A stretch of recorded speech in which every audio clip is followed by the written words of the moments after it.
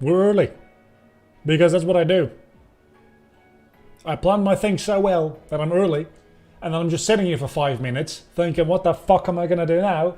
And I figure, I might as well just start early. Because why the fuck wouldn't I? Everybody else is going to show up in 5 minutes. Or not. I don't care. We're just going to get started. I'm still kind of thrown off by the fact that I have an orange jacket. Not going to lie to you.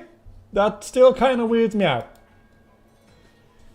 As you could see, by the way, I did add quite a new couple of Pokemon to the graphic. I don't know if I want to call it a graphic. Oh, what you can't actually see is because there was a starting soon. I'll go back to this one real quickly, right? What you couldn't actually see is because of the starting soon text is there's also a Heatran behind this rock, which you can't see in my mouse. I figured that would just be a fun little thing, but you can't see it because of the text anyway. So probably should have thought about that before placing that Heatran there. I don't know where we're going today. I added Rayquaza because Rayquaza is a piece of shit that keeps just messing with my life. Also, I think it kind of like it fits fairly well in the picture there, like just snaking it around those rocks. That seemed to fit, in my opinion. And it doesn't only have to be positive Pokemon in there, because Rayquaza keeps showing up and through the years to mess my shit up. I think we're going to Team Flare's hideout, right? So surely... Are we? What are we? I think we go here, but surely we can't just fly to it. We could go to the Red Cafe in Lumia City or just meander through the next routes. Well, the thing is you can't go through the next route because that's what we found out last episode. We're still blocked from going to route, what is it? What is this route? Route 18. I don't think we can even go there. Because I think we have to do the Team Flare stuff next first. With like capturing Xerneas and all that crap, right? I'm just not entirely sure how to trigger that. Red Cafe it is. But didn't we literally do that last time? Yeah, we still can't go there. So where was what? Oh, the Red Cafe. I can find it. I can find it this time if we need to go there again, which is a little bullshit, but I can find it. Probably. Maybe. There's not going to be a Team Flare grunts posted up front anymore, is there? So there's going to be an issue.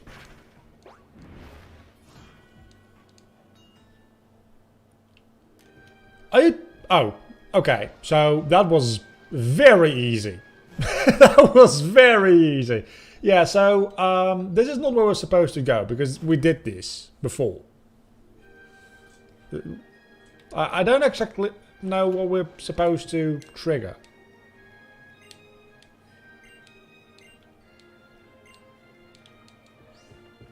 We're supposed to go somewhere, surely. We beat the gym. Oh, wait a second. Wait a moment. Aren't we supposed to go to that big-ass crystal formation first? I think that might be... Red Cafe, Fighter 2 mate. I'm gonna go ahead and try that in a moment, but first I'm gonna try my theory. Because I seem to remember... Maybe not. Okay, so let's go back to the Red Cafe. This is what you get for not playing the game for a week at a time and then just jumping back into it expecting, you know, where to go. Spoilers, I don't know where to go. Meanwhile, I grab my grind game for today. What are you grinding in? Other than Grinder, it's a joke. It's a joke about like the gays because that's funny, right? Right. So you're telling me to fight this bitch? Okay, she is a Team Flare person. Fair enough. Fair enough. Fire Emblem meets Persona. That sounds like hell. Hey, you know what? We've got a fighting type move. So let's absolutely annihilate this. Yeah, let's absolutely annihilate this Leopard. Okay. I'm an idiot. We've got a normal type move, so let's absolutely annihilate this Leopard. I forgot that there was a reverse lock. That did a lot more damage.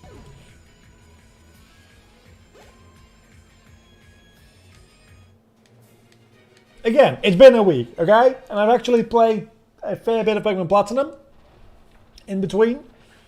So I also fight you, I guess. I've played a fair bit of Pokemon Platinum. I'm still not ready to go to the Elite Four, but almost. So over the next week we'll be doing some interesting stuff. I don't think the Distortion World episode has gone up yet. No, I haven't even uploaded that one yet. I probably should, because that's going up next week. I guess just strength.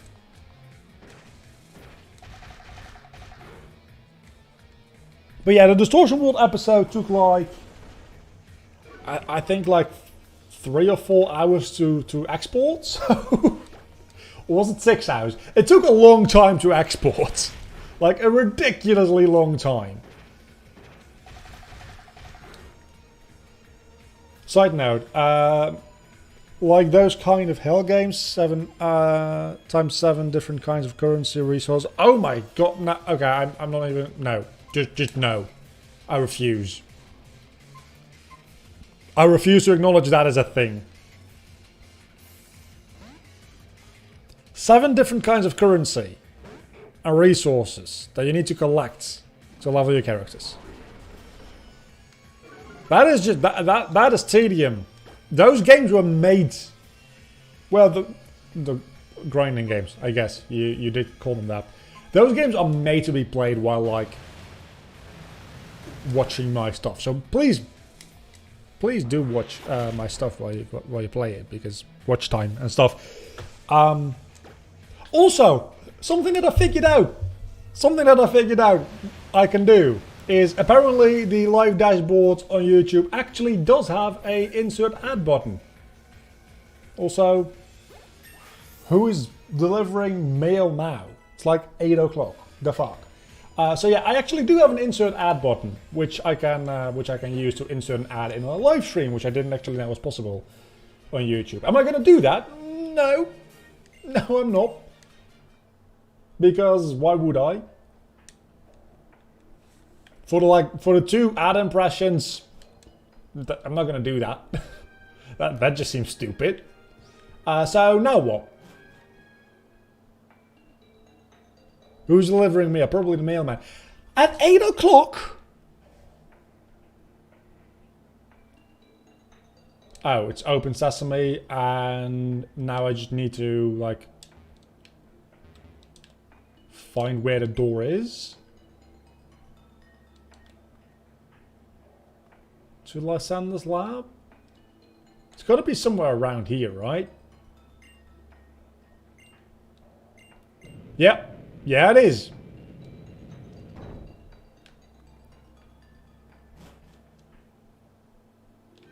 I was ahead of you. I was way ahead of you. Like, literally seconds ahead of you. Literally seconds ahead of you.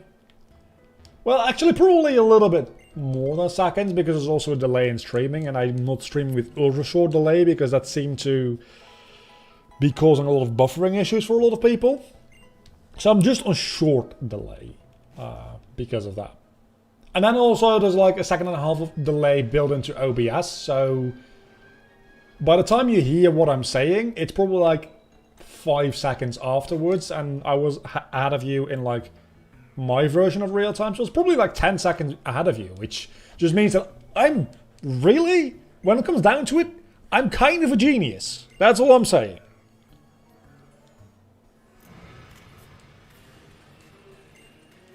Well, I did it before you posted it, which means that like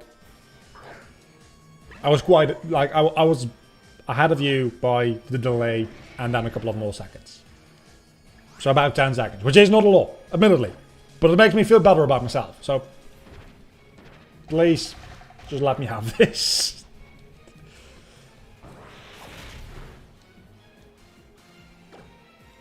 Why would you ever play four grinding games at the same time?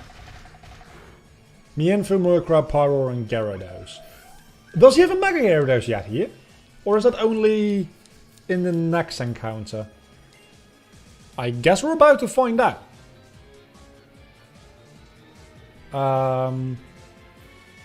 Let's switch out. I guess into Orthro?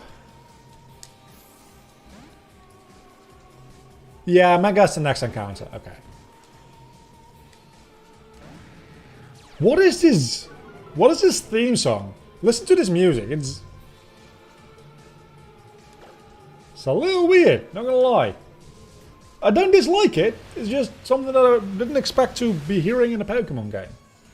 That is considered super effective. That is pathetic. I guess we retaliate because it's got stab and it's physical. Maybe that's more of the issue. Okay, no, Gyarados just can take a hit. When did Gyarados become bulky?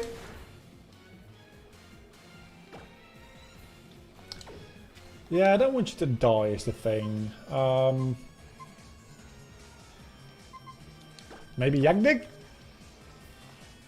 Roast theme of Sword and Shield is similar. Vocals in the song are coming back. Huh. I mean, what? No. Bad Gyarados. Bad. Don't go back into... Yep. There Chester goes. Fuck me. This Gyarados is going to pay. That was the heart of our team.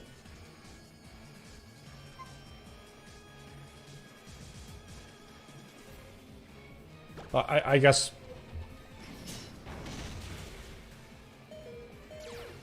I am so glad Magnezone is sturdy. Gyarados, go fuck yourself.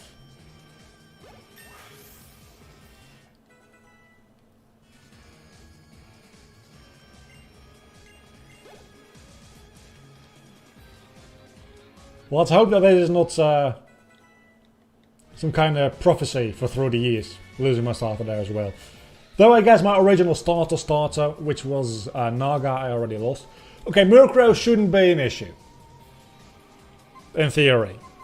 Let's go into Sidrap. I don't think we've ever used Sidrap since catching it, actually, which is a little bit sad. Yeah, Dominic isn't even here and things are dying. Maybe Dominic is the second viewer and is just not talking. Maybe. You never know. I guess I can use a Slash.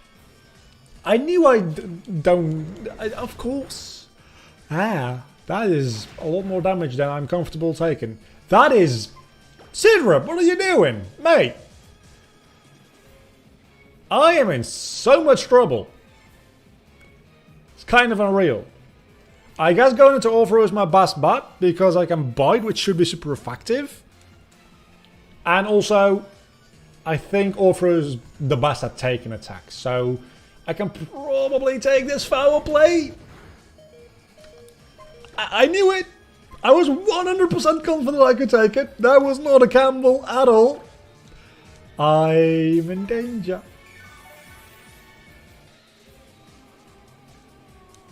Well, healing is the best option, but if I were to heal somebody other than Beartic would have died, which I would prefer not to have happen.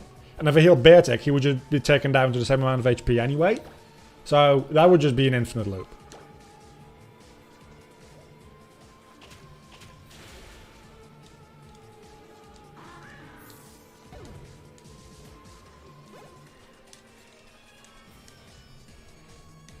Okay, Pyro is up last. If only we had a fucking grass type! Fuck. I guess we bite and see what happens. I mean, Beartech isn't gonna do shit. I don't know what ice type move he has, actually. Maybe he's gonna do something. That did a little more damage than I figured it would, actually, the Fire Blast. What does Beartech... Got Icicle Crash. That might actually not be a bad thing. 85. It's a physical move. It's a physical attacker. But it's also 5 levels lower than Pyro.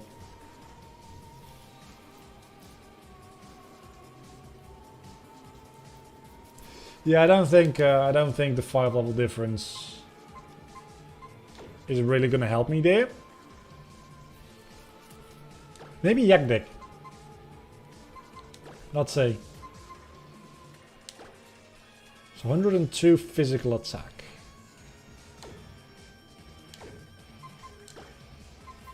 Yak Dick's got less.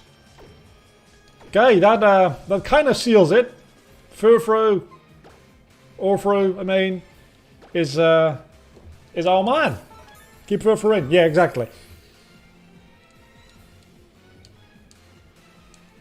That's what I needed.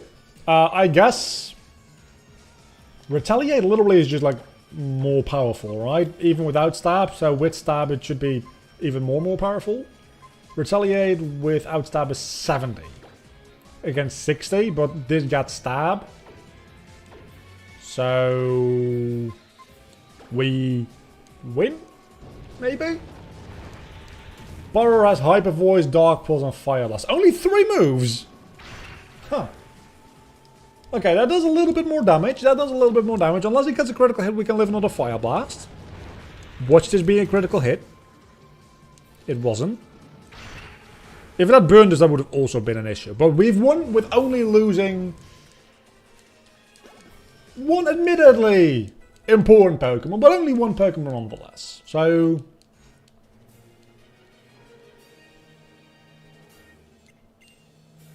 it's kind of sad that almost level 50 Pokemon only has 3 moves. At least just give it like its natural level up moveset, the 4 most recent moves like any decent trainer in the universe has. Then again, this is also the generation where... That's not in this game, is it? Is it Gen 7? No, Gen 7 doesn't have gym battles. Where the gym leaders all have like only 3 or 4 Pokemon, even the last one. Okay, so let's go bury our dead starter.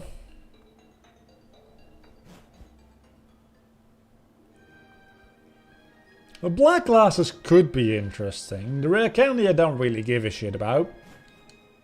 Probably should, but I don't. And Taunts I definitely don't give a crap about. Let's put away... I've been killing Pokemon at a lesser degree than I have through the years, I suppose. That's a start. Oh yeah, we caught a fucking Delibird, I remember now. Who are we gonna bring?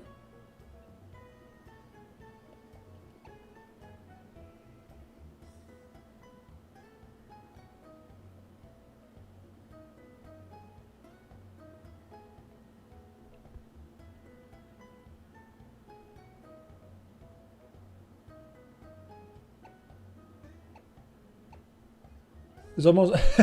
I do have a support line in the series, but to be fair, I don't use the advice much while battling. It's more like I have a EXP share turned on during this series. I think I'm going to go with Meditite. If it dies, that's not a big deal. If it doesn't die, it'll slowly just build up experience. If I get a rare candy, I think I already have a rare candy. If it comes to like level 30 and I have like 1 or 2 rare candies, I'll just give it a couple of rare candies to become at least somewhat useful. Did I heal? I did not heal. That could have been really bad. Fair enough, we can get something better on Route 18 soon.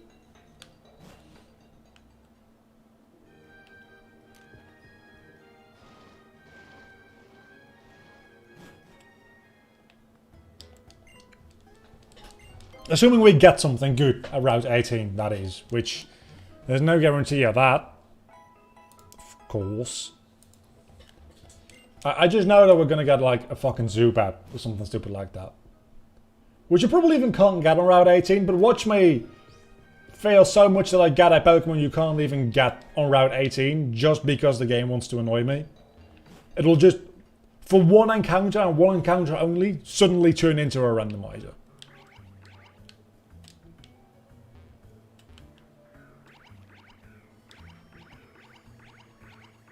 Well, that didn't work, did it?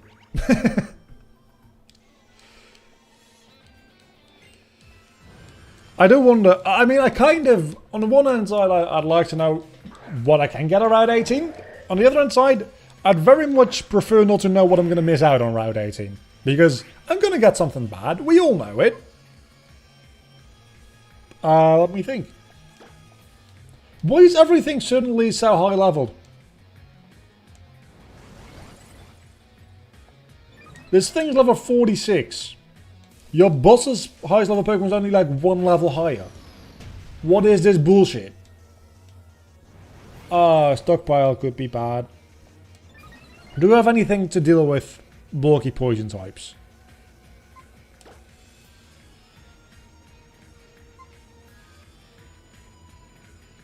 Not really.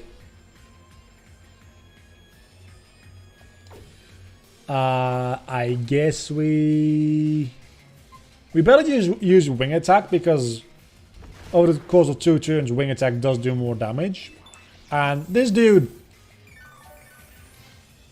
Oh, you're gonna play this game. Fuck you. Well, at least your defense fell. Harshly, so this should now do a shit ton of damage. The potential for getting a Sandslash, a Graveler, a Laren, that would be interesting. A Torkoal, a Girder, a Heatmore. For a split second, I read that as Heatran. I was like, what? A Durant and a Shuckle. I prefer to get a Laren there.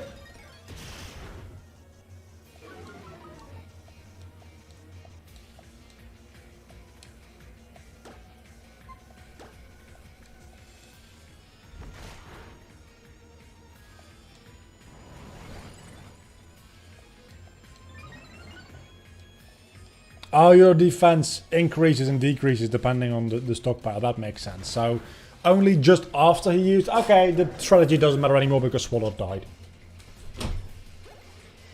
So yeah, I'm hoping for a Laren because I really like Aggron. And we're at the level where we would probably get a Aggron fairly soon anyway. Do I want Cotton Guard? The answer is hell no! It's a very easy answer. It's H-E-L-L-N-O. Hell no. It's one word. All in caps. It's a different word if you use lower case. If you use uppercase, it's a different word from... It's how language works, apparently. You're going to be annoying, aren't you? Who are we going to lead with? I feel like leading with Magnezone generally just might be the better idea because it's a beast. Laren's X exclusive, Pupitar is Y exclusive, with exclusive pair. Yeah, true. Where's my water ball? No, really, where is it? Oh, I just ran over my own goddamn water bottle. It's a weird pair for exclusives, but on the other hand side, they're both rock types. They're both pseudos. No, that's not true. Aggron is not a pseudo. Yeah, no, that is a weird pair because Tyranitar definitely is a pseudo. So, is he? I think Tyranitar is a pseudo legendary. So, Y literally just has a better exclusive Pokemon than X in this case. That's weird. Yeah, Tyranitar has to be the Gen 2 pseudo, unless Gen 2 doesn't have a pseudo, which is unlikely. Yeah, no, I just got kind of confused there for a moment. I know Aggron isn't. I do always get confused by Salamence and Metagross though, because Salamence feels like it should be a pseudo, but isn't? I think. But then Gen 5 does have two pseudos, being Hexorus and Hydreigon. It's Hydreigon, I know, I pronounce it wrong all the time. Or is it the other way around? Is it that Gen 5 only has Hydreigon and then both are pseudos in Gen 3? I always get confused, but something like that anyway. Gen 3 is the only one with two pseudos. Yeah, so Gen 3 has Salamence and Metagross, but I feel like Hexorus also should be a pseudo, but it isn't. Yeah, but it feels like it would be. It really feels like it would be, but it's just like a little bit less powerful. Also, doesn't Hexorus like evolve at a proper level? Well, proper level, the level usually for pseudos, and then Hydreigon evolves like way later. It's one of the latest evolutions in like all of Pokemon, together with what's the name? Volcarona. Hexorus is similar to Flygon. Yeah, I can see that, actually. Good point, because Flygon also feels like it could be a pseudo, but it's not as late game when you can get a Trapinch, is the thing. Getting a... we're gonna say a Gible. That's definitely the wrong Pokemon. Getting a... Is this a healing room? Please let this be a healing room. I think this might be a healing room.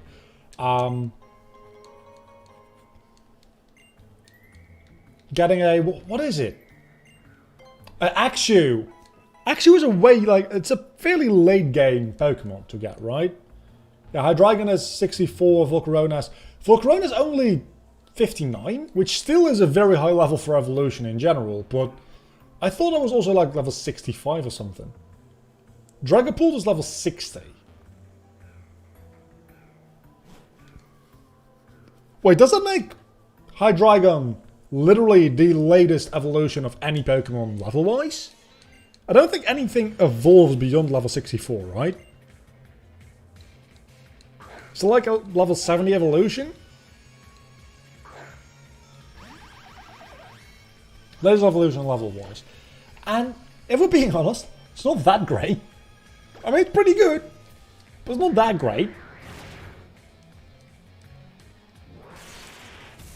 Not significantly better than other pseudos, anyway, right? It's like, it's still OU. Doesn't get yeeted into Ubers. It is OU, right? Unless you count... I want to be technical and count... how do you pronounce that? Kupfu? Kupfu? Whatever. Which can only evolve when you give it... go through the gauntlets at least level 70. Yeah, but... Yeah, no, that's an interesting one. That's an interesting one.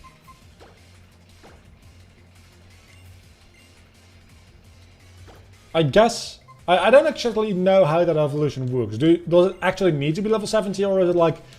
You're gonna want this dude to be level 70, otherwise you're not gonna get through it. Because if it's the first...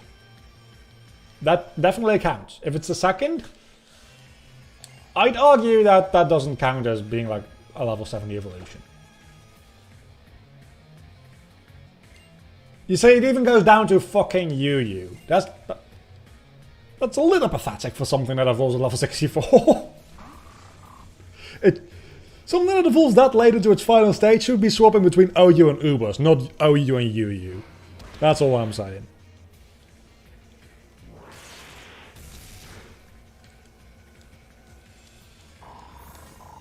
I've never been a huge fan of Hydreigon, to be honest. I do like Dragapult a lot, though. I've not like used it a lot. I think have I actually ever like used a Dragapult? I've fought a couple in Showdown, but I don't think I've used one for myself yet.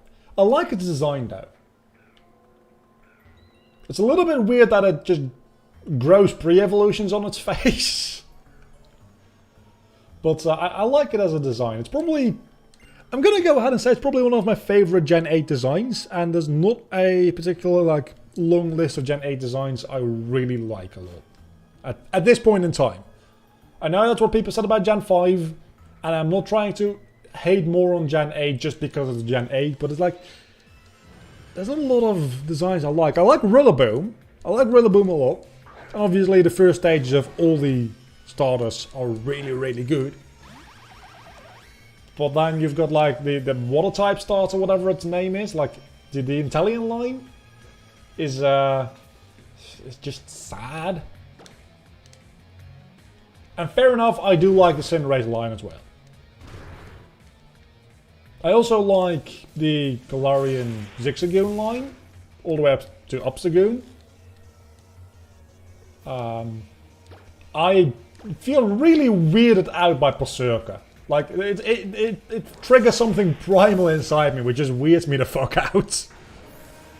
Do you like the Fossil Abominations? I liked them as a concept, I don't like them as a design. Like, from a lore perspective, they're really interesting. They have very stupid designs though, and I know that is intentional, but something that's intentionally bad isn't necessarily automatically good. It's just bad. Intentionally bad is still bad. Like, if I draw something really bad and say, no, I'm intentionally made it bad, that doesn't make it good. That just means that I recognize that what I made is shitty. And that's kind of how I feel about the Gen 8 fossils. It's like, yeah, I get the point, they're supposed to look weird, but they just look bad. I don't like them. To be fair, I don't like a lot of the fossil Pokemon. I don't particularly like the Gen 3 fossils either. And the Gen 4 fossils, take them or leave them. Cranidos is kind of neat, but other than that, I don't really like Shieldon and Bastion. Then Gen 5, yeah, I don't like either of those. Gen 6 I really don't like much. Well, Gen 6 I really don't like much as a general statement as well. But I meant the fossils, obviously, I don't like them very much. So, I'm not much of a fossil guy to begin with, and then you get those fossils, and it's weird, I don't like it, and this is probably going to be bad for me, isn't it? Is this a double battle? Or am I just going to have to face them both one by one? Both one by one it is.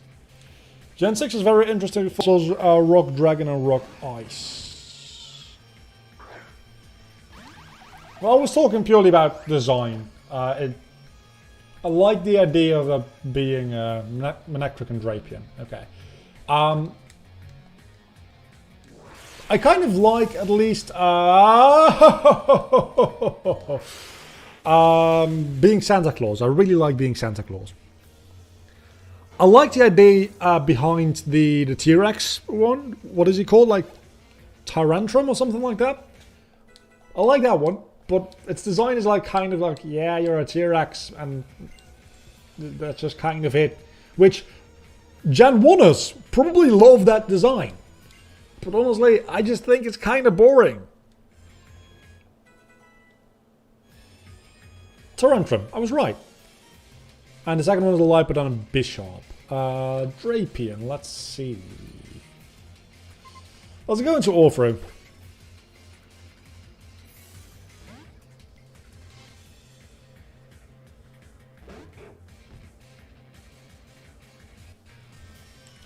So let's get back to Gen 8 and why I hate every design in that. It's not true, it's hyperbolic, of course.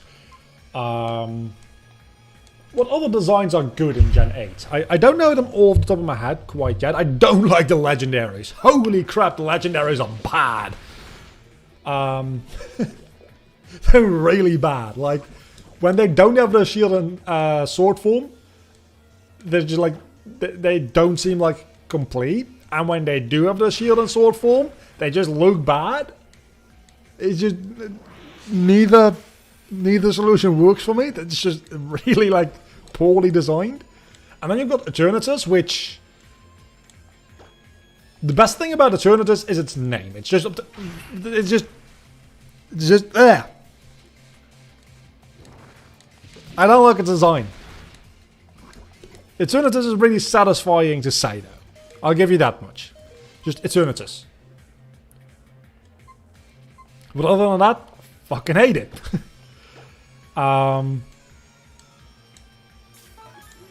Eternus does not follow my good rule. My rule.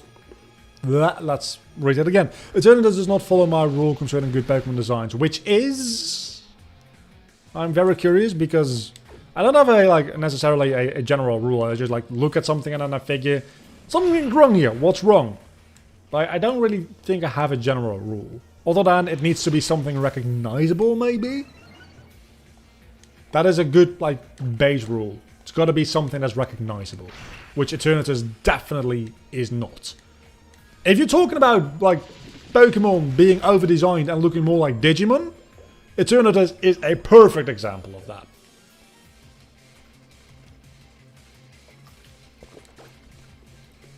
It's one of the only real good examples, to be honest.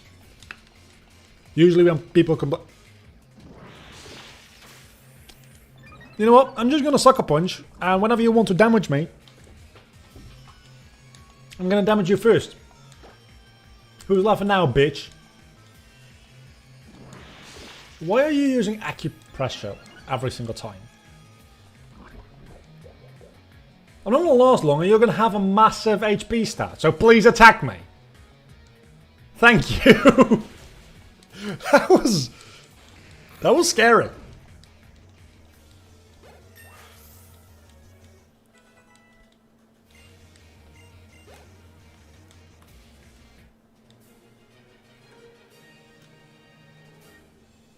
Well, thing is, if I were to heal and he was plus 3 attack, he probably would have one-shot me if I didn't attack back. So, and I didn't have another full restore, I don't think. So healing wasn't an option. If that turn didn't do it, I would have had to switch out into something that he couldn't damage. Oh, I don't get healed in between. That's not brilliant. That's really not that great.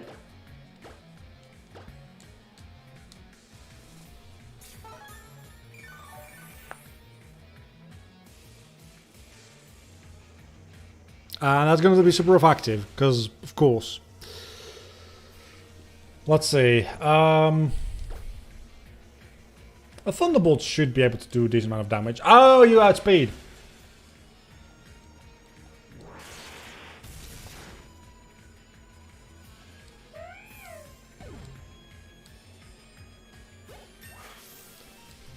I'm getting a lot of experience through all of these fights, though, which is highly appreciated. By the way, Route 18 doesn't matter what we get, because maybe this is worth paying a bit of attention to. More than Hidden Power, maybe. I don't know what typing Hidden Power is, and it's way too bothersome to find out in a Reverse-locke. I'm not going to bother with that. Route 18 doesn't matter, because by the time we get to Route 18, we'll have Xerneas. I just realized.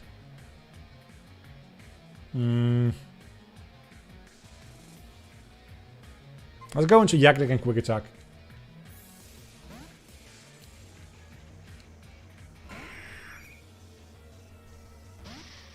I mean, it probably was a mistake to stay in with Magnezone because he was using Slash, and Slash has a high crit rate.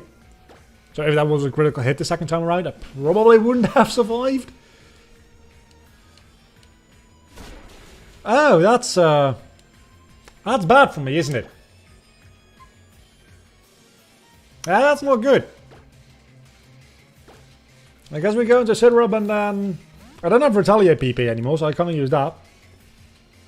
I guess I can use Bite with Furfru.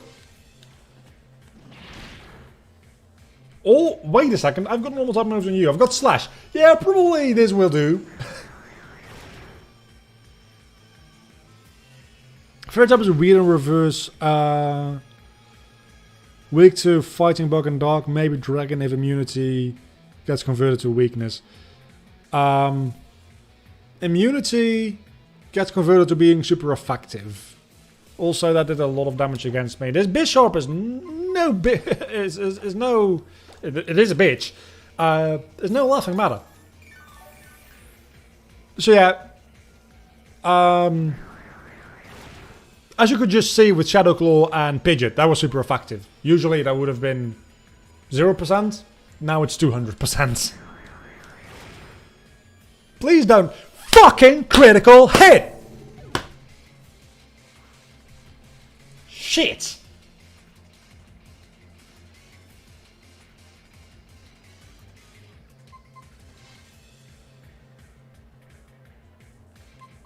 Gonna go back into Magna Zone. I mean, yeah, it was a matter of time before we got crit, because everybody has a version of Slash here. It's like, what?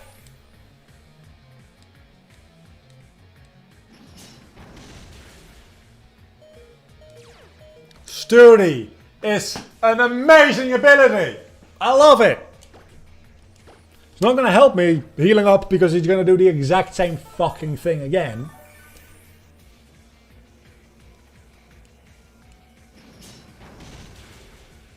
So this just becomes an infinite loop. If this were a recoil move, that would have been... I can't run from a trainer battle, I am aware. You know what? That's not really going to do anything, actually. Actually, yes, it is. It very much is. So let's go into Meditite. The reason I choose to let Meditite die is because I can't pronounce its name. Its name is not pronounceable. Now we can go into All Through, heal it up, and bite.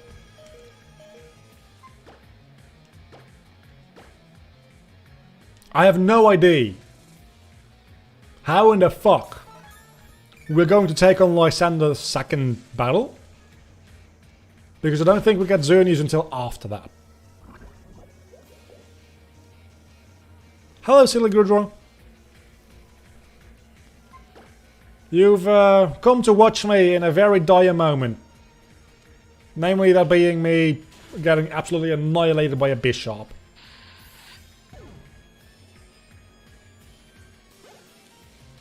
Well, yeah. I mean, I need to choose something to sacrifice. Might as well sacrifice the thing I can't pronounce anyway. Right? That way I'm not going to have to pronounce it again. Makes perfect sense to me.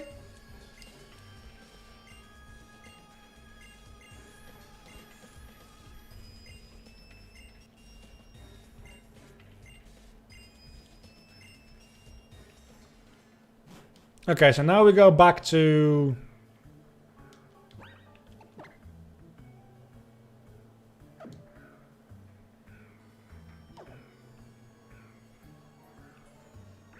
Yeah, I forgot the reverse-locke thing for a moment. I wanted to go through that.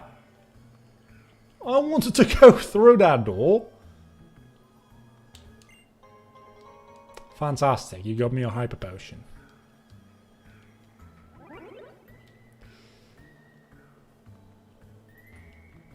Also didn't expect him to... Oh my god, there's more fights here. I'm gonna put my dead Pokemon away and heal up real quickly before we do anything else. And I did lose Chestnut. And I can't even blame anything other than myself because I sent it out against a goddamn water type.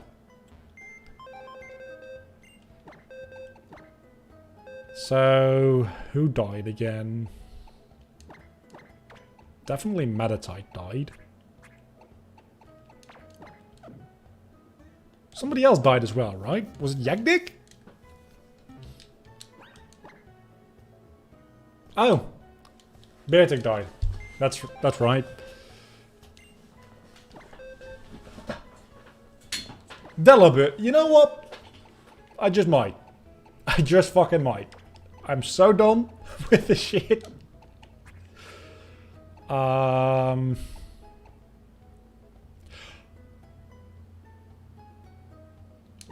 Let's do this.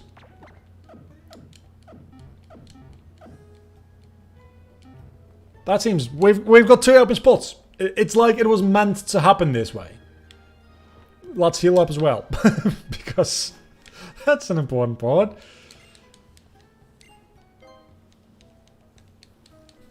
Look, I'll probably fuck up the Shedinja thing real bad because of the reverse lock. Shedinja's probably gonna die really quickly. Wait a moment. Where can I get the focus sash in this game? Be my Google hands. Where do I get the focus sash? Because if I can get that, I'm sad.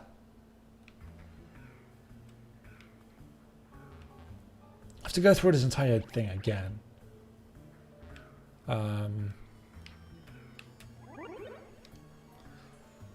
I'll have to let Lightning Card evolve first, obviously. But that should be like level 20, 20 something. Battle mate.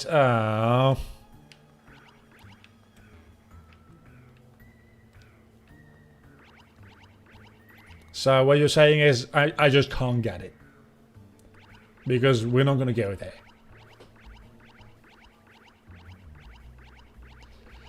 It was a good idea. Sadly, good ideas don't always come through.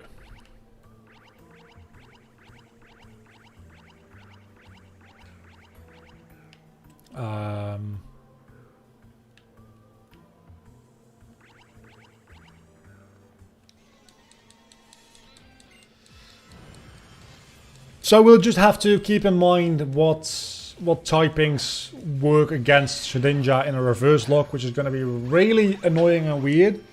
I still have that. I think I still have that chart, so I should take a look at that sometime soon. Let's just flash cannon. Who gives a shit? Wait. What? Why doesn't flash cannon work against Golbat? I'm confused. Explain. Please, because... What? Hold on a moment. Steel is immune to poison. Is it? Is it though? Because I feel like you can poison Sting and Steelix. I know it can't get poisoned, but is it immune to poison as a typing altogether? I didn't know that.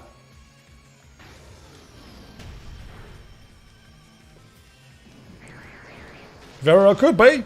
I guess it is, because otherwise that wouldn't have happened. It's as simple as that.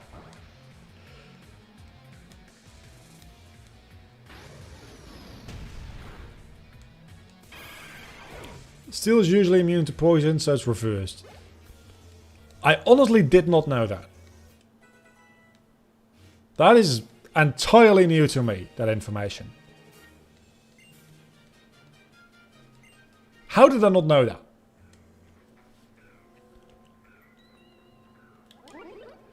Where does this teleporter lead us? To another battle, because of course it does. Inverse battle charge is useless as it does not take immunities into account. Is that true? Because I think it might. Yeah, no, it definitely takes immunities into account. Just look at this. The black squares are immunities. That definitely that works. Now let's turn that back off because that's annoying.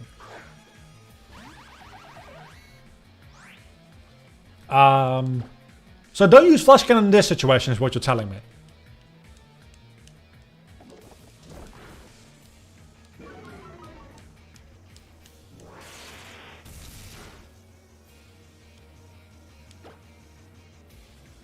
Well, always blame Bulbapedia. Bulbapedia is the source of all the suffering in the world. That's not true. I use Bulbapedia a lot. That being said, I don't use Bulbapedia as much anymore because when I Google shit, Pokemon database tends to pop up before Bulbapedia does these days. Same with Cerebi. I used to use Cerebi as my main source of information always. I don't think I've been on Cerebi in like... What's the last time I was on Cerebi? I think to check the fight against Cyrus in the Distortion World, I looked on Cerebi, but that might have been on Bulbapedia, I don't know.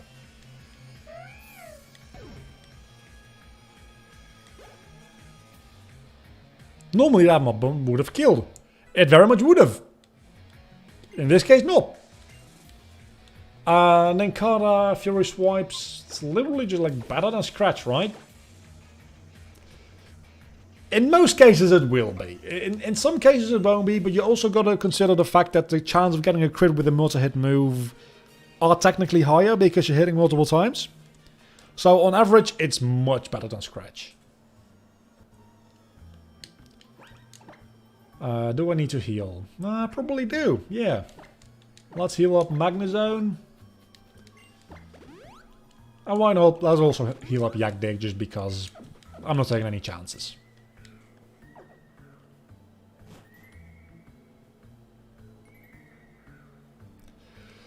Here we go with the third admin fight.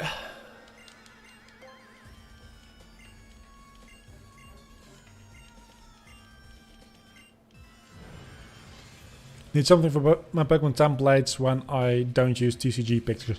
I just like have a folder of the first 6 generations of Pokemon Dream World artwork, which is wonderful until you get to Gen 7 and 8, because obviously I don't have artwork for those. So just Google those. But yeah, I just have like a folder with like 700 images in it. And I don't even remember where I got that folder from, honestly. It's gonna be annoying when I get to everything wrong with Gen 7 and Gen 8 Pokemon, because that's a lot of damage. Because I won't have easy access to like literally all the pictures. I do for generations 1 through 6, which is amazing. Houndoom and Weavile. Tailwind could be useful.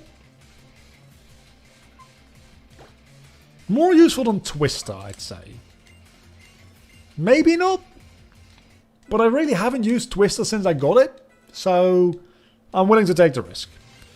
Okay, so Weavile. Let's just go into all through, because when in doubt, go into your normal types. That's the slogan of this series. When in doubt, normal types.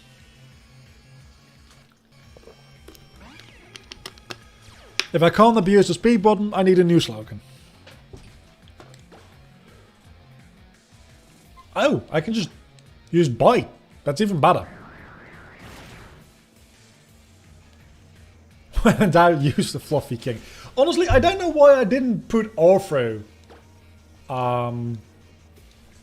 in the graphic.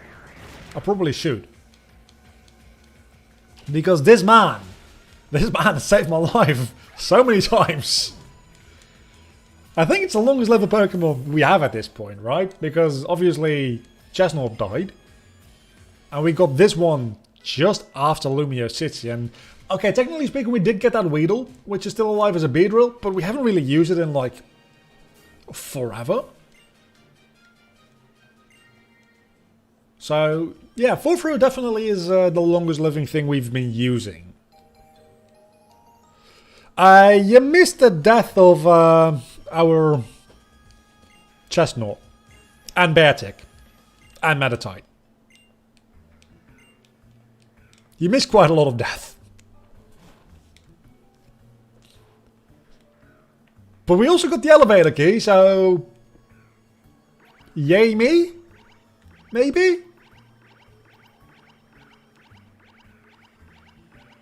That's just insulting.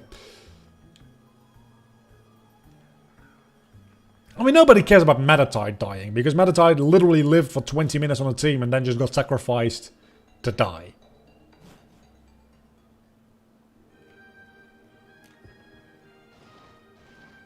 Beartick. I think Beartick literally only had 3 battles before it died as well. Chestnut hurts. The fact that Chestnut died because of a stupid mistake on my part. I'll be 1000% honest with that one. It wasn't my fault. It wasn't a random critical hit, which I didn't consider. It wasn't the game pulling out a move I didn't expect. It was me sending out Chestnut into a Gyarados. Because my brain just like blanked for a moment. It was a real fucking stupid move.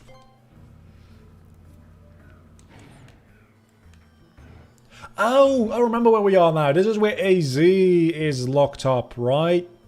Yeah, it's the big boy. I know he's 3,000 years old, but why is he so tall?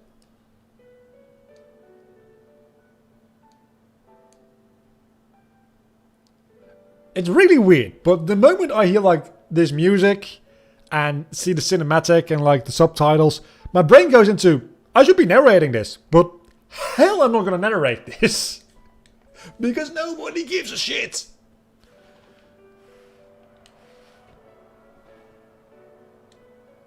It is very pretty artwork though. I would very much like to have like a 4K version of these artworks. Because it'd be pretty. It's actually, I like the artwork there. Especially the one with the Pokemon like fighting. If I could have like a widescreen 4K desktop background for that one. I don't have a widescreen. Well, 16 by 9, not 21 by 9, right? Monitor. But that would be really fantastic if you could get me a 4K version of that one. Probably somebody's done a high resolution version of that artwork at this point.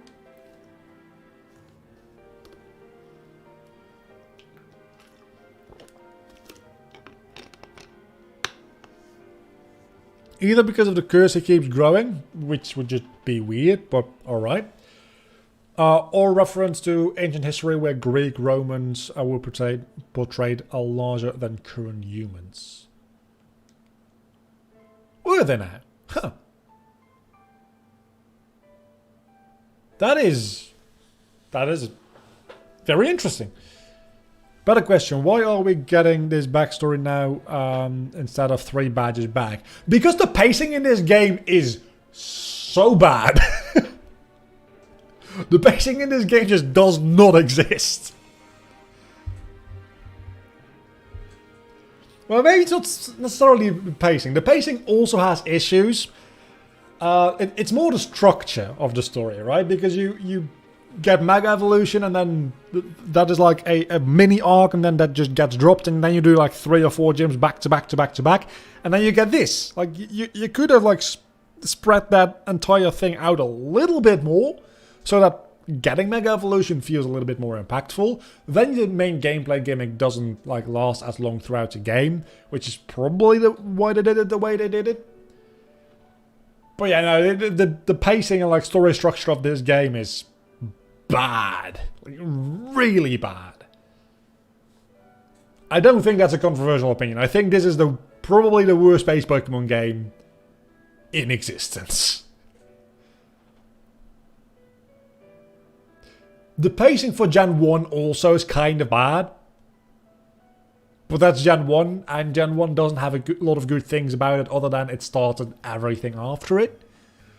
Like, it's getting credit for that, because it started Pokemon. But just like, as a game in isolation, it's just kind of bad. But yeah, no, I think the pacing in this game is definitely the worst in the entire series.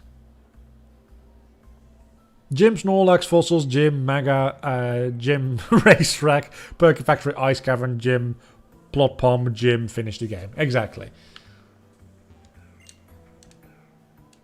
Pacing of Gen 1, you can influence everything after Lavender Town. Yeah, that is like, I guess you could call that open world. And Gen 1 isn't as story reliant, so it's not as big of an issue in Gen 1, the pacing. To be fair, right? Gen 1 is way more of like a adventure and exploration based game than a story based game, like this game is. So I don't really think Gen 1 has bad pacing if you like look at it from a linear perspective. But I think it's way less of an issue in that game. In this game, however, it's a problem. Gen 4 is... that's difficult to say. I think for a very long time, Gen 4 was my favorite. Especially because of Pokemon Platinum. I think, looking back now, I think I like Gen 5 more.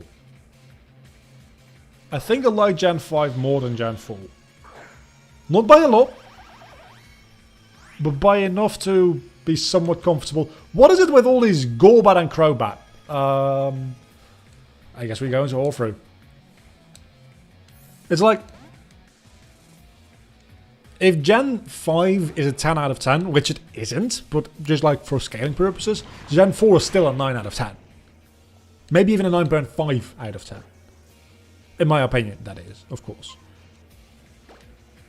So, I kind of like them both a lot. Definitely my two favorite generations, Gen 4 and 5. The main issue holding back Gen 4 legitimately for me is the walking speed. It is... If you've played like more modern games where you walk quicker, it's actually really painful to go back. After Gen 6, I consider Gen 7 to be the worst pacing. I would have to replay Gen 7, which eventually I will, because I went through the years. Hopefully, anyway. I don't remember Gen 7 having particularly bad pacing, to be honest.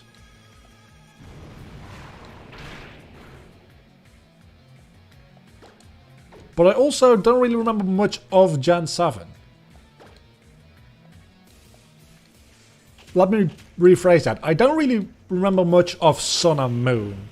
When I think back to Gen 7, I think Ultra Sun and Ultra Moon.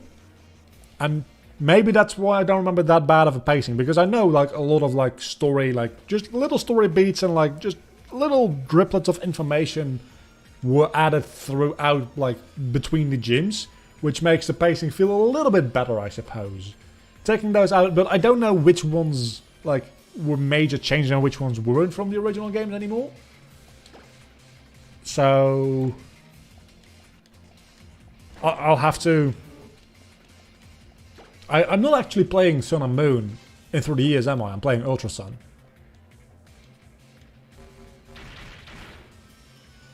Right, why doesn't Bite work against Melmar? Oh, because usually Psyche doesn't work against it. No, that makes sense.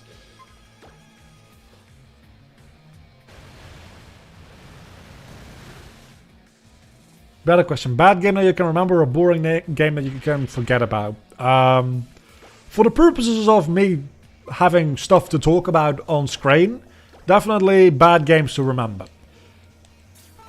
I don't think a game necessarily always needs to be memorable though. I think if a game is fun, and just like when you finish it, there's so many games I've probably played which I couldn't tell you I've played right now, but I did enjoy playing them. And I think that's okay. Especially like back in the day when you had, okay, let's be honest here. Hypothetically, right? Hypothetically, this didn't happen. Maybe.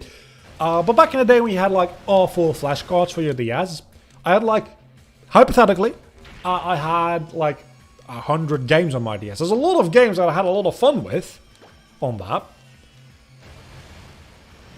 And I probably can't remember anymore right now. So I think, yeah, that is preferable to a bad game you remember. Because most really bad games you remember because they're bad. Like, I remember Sonic 06 very vividly. And I know it's a meme, but it's a really bad game. I remember, like, okay, I remember most of the Sonic series either because they are surprisingly good or they are bad. That's the one thing I can say about Sonic. Every game I've played in the entire series is memorable for one thing or another. Most of them... okay, I'll push this one. Most of the games in the Sonic series, especially the 3D games, mostly the 3D games, are bad or memorable because they're bad. The only games... Okay. The only like main series platforming games in the Sonic series which are not memorable at all are Sonic the Hedgehog 4 Episode 1 and 2.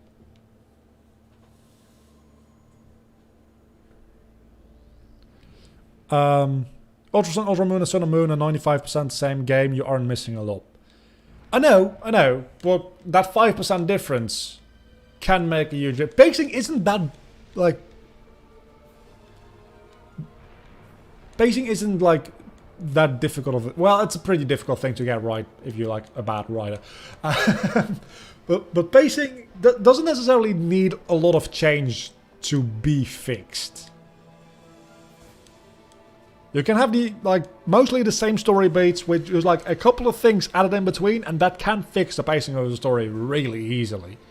So, I know they're mostly the same game, but all I'm saying is that I'd have to replay both the originals and the older versions to definitively say if that's the case here. But that 5% difference can make a huge difference in the end product as far as, like, writing goes. Played 102 Dalmatians Puppy to the Rescue is bad, but it's fun. I don't know if I'd say it's bad, it's just simple. But it works as intended. It's just very simple. And I like it. I really like the game. 102 Dalmatians is a fun game. I wouldn't classify it as bad. I wouldn't classify it as good by any means either, don't get me wrong. Definitely would not classify it as a good game. Unless you're like a Disney fan. Just it's not worth playing. Not in 2020 at least. 100% run. I've done that before, I think. And to be fair, yeah, that does get very tedious. You're entirely right there. It gets tedious. And in a certain point of view, and that's a very legitimate point of view, a tedious game is a poorly designed game. And in that respect, I 100% agree. It's probably a bad game to 100%. And I do think that for a collectathon game, you are designing the game with 100%ing in mind. 100%ing isn't an optional extra objective. 100%ing a collectathon game is the way it's designed, in my opinion. And I don't think that's a very controversial opinion either. Still want to do an entire run of all the PlayStation 1 Disney games. There's some really bad ones in there though. Like, really bad ones. I've played a fair amount of them. I've played a really fair amount of them in retrospect. Some of them are really bad. Some of them are actually kind of decent. Of course you have Lightning Rod, because why wouldn't you? Yak Dig. But like A Bug's Life, for instance, is a somewhat decent game. I'm not saying it's a good game. It's still a little messy and a little buggy and just a little not great. But in general, I'd say it's a decent game. Especially for PlayStation 1 purposes. But technically, A Bug's Life is a Pixar film. Not a Disney film. So you could debate whether or not that one counts. What else do we have? Which is like really bad on the PlayStation 1 from Disney? I want to say Disney's Tarzan is not a great game. But I don't know if I'm overcompensating because I'm very nostalgic for it. But I think it's not a good game. I feel positive feelings towards it, but I think that's mostly nostalgia. From a more objective point of view, again, might be overcompensating. I think Disney's Tarzan is not a great game. I think. I have been like not keeping up with gaming news like at all. So I have no idea what to expect from any directs coming up at all. But you can throw your ideas at me and see how I think they're stupid. Isn't that like...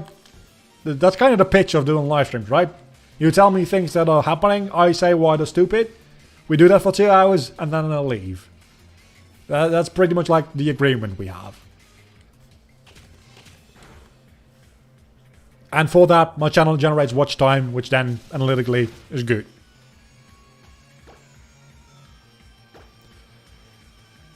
There's no gaming news except for Bakugan, which you did send me, which honestly did seem kind of interesting. I'm like not that into Bakugan, but I could definitely like if that was a another thing I used to be interested in as a kid, like if it was a Yu-Gi-Oh game, for instance. Yeah, I'm still rewatching Yu-Gi-Oh. I'd be into that. If it were a Pokemon game, I'd of course be into that. If it were a what was it called, Beat-A-Man? The thing where they had the little, it was really weird. If it was that or Beyblade. For Beyblade games, whoa, those were bad. Beyblade video games, they existed and they shouldn't have. Did you know there's a Neopets DS game? That's one of those games that I literally forgot until I read the words Bakugan DS. And I was like, that's a thing? There's also a Neopets DS game. Did you know that? Because it's really weird. It's, do you know the Legend of, not the Legend of Korra, the Last Airbender DS game? Avatar The Last Airbender, not Burning Earth or the last one, but the one that doesn't actually follow the story of the series. The first one for DS. In that game you had a pie show minigame. Neopets DS is pretty much that for an entire game. There were two Bitman GBA games and multiple Beyblade games, all mediocre to bad. Yeah, no, the Beyblade games, I've played like two of them. The one for the GameCube and then one...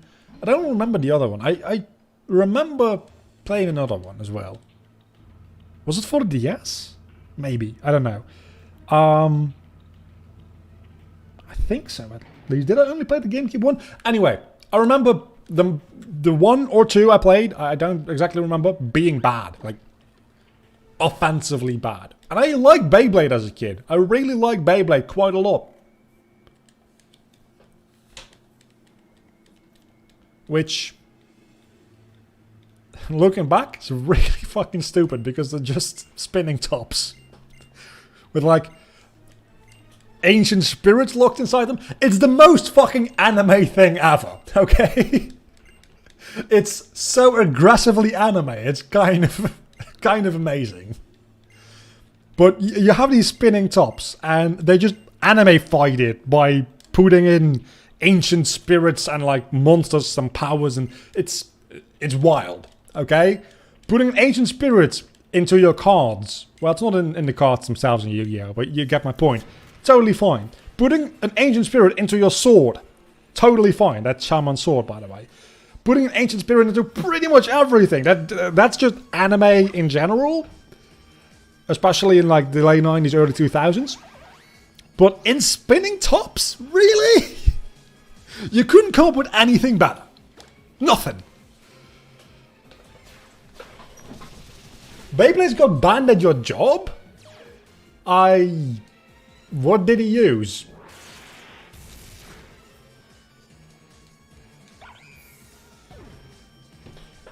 It was also nice for the Chinese mythology. Okay, legitimate question here. Because... It's the Gyarados again. Goddamn Gyarados. Legitimate question here. But is Beyblade actually like a good anime? Because I haven't watched it in probably 15 years.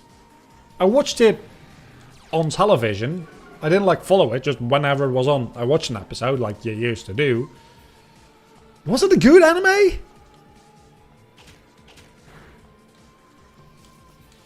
I mean, clearly, right? Clearly it was designed to sell toys. Very much designed to sell toys. Like, not even a question designed to sell toys. I worked with kids and they kept spinning the Beyblades, hitting each other. Yeah, that doesn't sound like a good idea. That sounds dangerous. Yeah, good thing that they got banned. Because...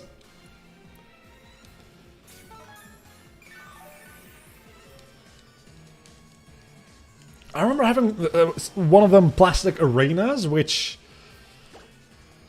didn't really change anything. Wasn't there also a Beyblade? Okay, there was a Beyblade which had like the little like thing, the point they spin on right? But there was also one that had that raised up by like a couple of centimeters in the show, if I remember correctly. Which, looking back at it, just means it would, realistically speaking, always lose because it would just literally get knocked over the moment it got hit. I'm trying not to put like too much science into my anime, but you're gonna draw a line somewhere, and that line right around that Beyblade, I think. I've never heard of Custom Robo Ultimate Robot Toy. Sounds like a rip-off of Metabots, though. Or the other way around. But Metabots is like from the 80s. At least if I watch the anime, it looks very 80s. So I'm going to assume that it's 80s. I don't know for sure. Discharge. Let's do Discharge over Electro Ball. I'm probably never going to use Discharge because I've got Thunderball. I started rewatching the Metabots anime a while ago as well. First of all, I don't remember Metabee having that accent. Then again, I didn't watch it in English initially, so but he's just, it doesn't quite fit for what I remember for Metabee. So it's really weird to hear him with that accent. Also, it's just kind of not a great show.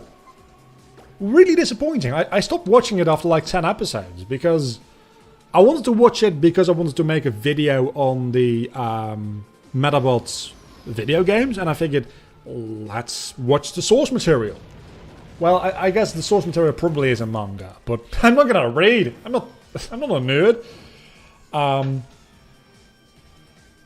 So I figured let's watch that, but it just was not a good time.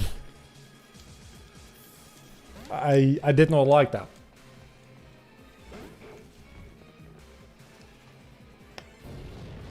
I say rewatching Yu-Gi-Oh! I'm fully aware that Yu-Gi-Oh! Technically speaking also is not a great show.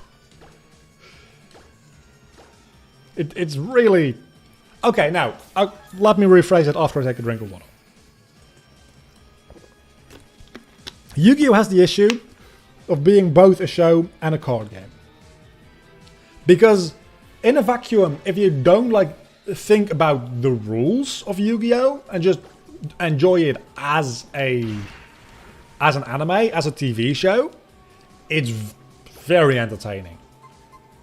Like, especially, okay, maybe Duel Monsters is a little bit like dated and cringy at this point, but it's very entertaining. Once you think about like the rules and how likely these people are to pull certain cards at certain times, it starts becoming real stupid real quick. But if you let go of that, which there's a certain suspension of disbelief while watching a animated show to begin with, especially if that animated show also is anime. I think Yu-Gi-Oh! Is actually a pretty well put together show.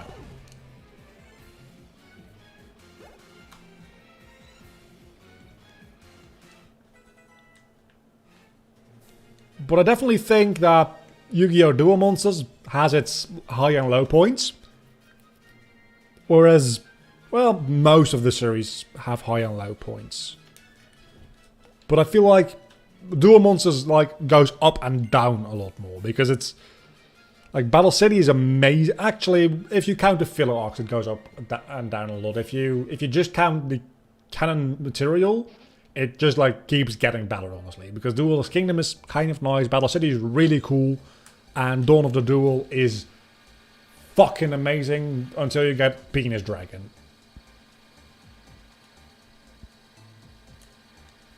But watching... I'm watching the Dawn of the Duel arc as we... Well, not as we speak, but I'm watching like 3 or 4 episodes a day at night. So I just realized why Zork has such a weird design with like the dragon penis thing, right? Because it's based on Diabound. They made the Diabound monster, and then they based Zork off of that. Which means that it needed to have like the 2 heads and the snake thing, but they also wanted it to walk apparently. So it just ended up with a penis dragon, which is really weird.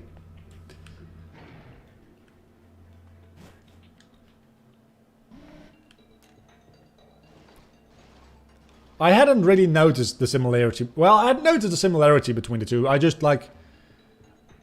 I think I knew that, but rewatching it kind of like just made that float back to the surface of my like memory. It's not a really good excuse for having like a dragon with another dragon for its penis. It's just like a weird ass design.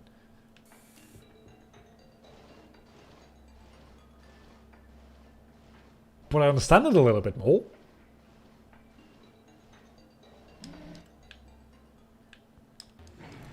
I'm considering rewatching Avatar The Last Airbender again, because after I'm done with Yu-Gi-Oh! Because TikTok has been blowing the fuck up with Avatar The Last Airbender content. And it's got me kind of in the mood. I've been writing a video on why Zuko is basically Iroh. And I need to write a lot more for that, because I've only got like 2 pages worth of script, which is like probably 6 minutes. It needs a little bit more body and like just rewriting and stuff. So it'll be a while before I can actually like make that video. But it got me in the mood to rewatch Avatar The Last Airbender again. But I just watched that like 6 months ago, when it was put on Netflix initially. Makes it better that Deerbound is a collective resentment of all the people of Kulelna.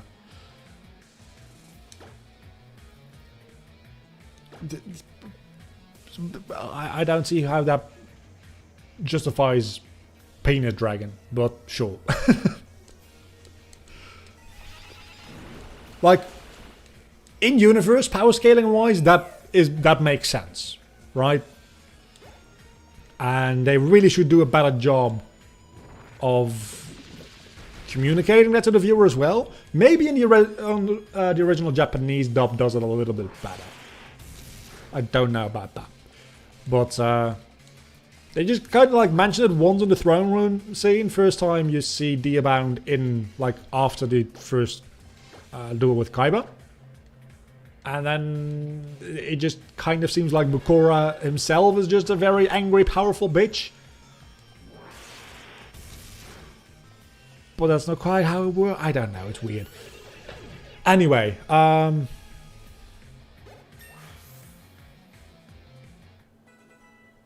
it does not justify... I'm gonna keep saying Peanut Dragon, because if this VOD gets demonetized, nobody cares.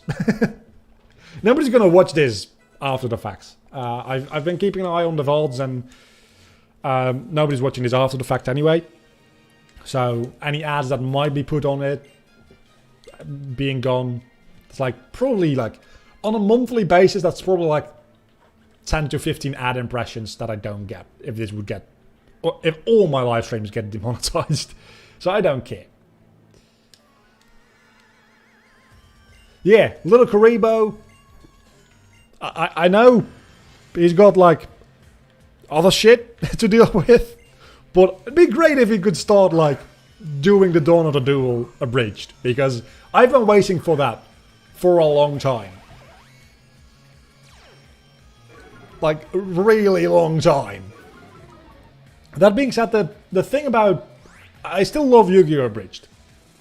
First and foremost, I think it's a fantastic abridged series.